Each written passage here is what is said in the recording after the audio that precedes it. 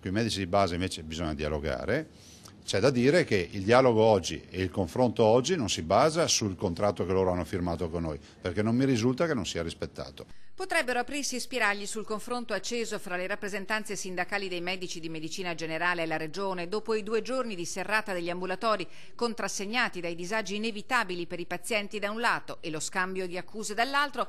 Oggi il Presidente della Regione conferma che la ripresa del dialogo con i medici di base, che definisce parte integrante della squadra dei medici della sanità del Veneto, deve essere ricercato perché al primo posto c'è la salute dei cittadini veneti e null'altro di più. Non getto la spugna rispetto a questo dialogo.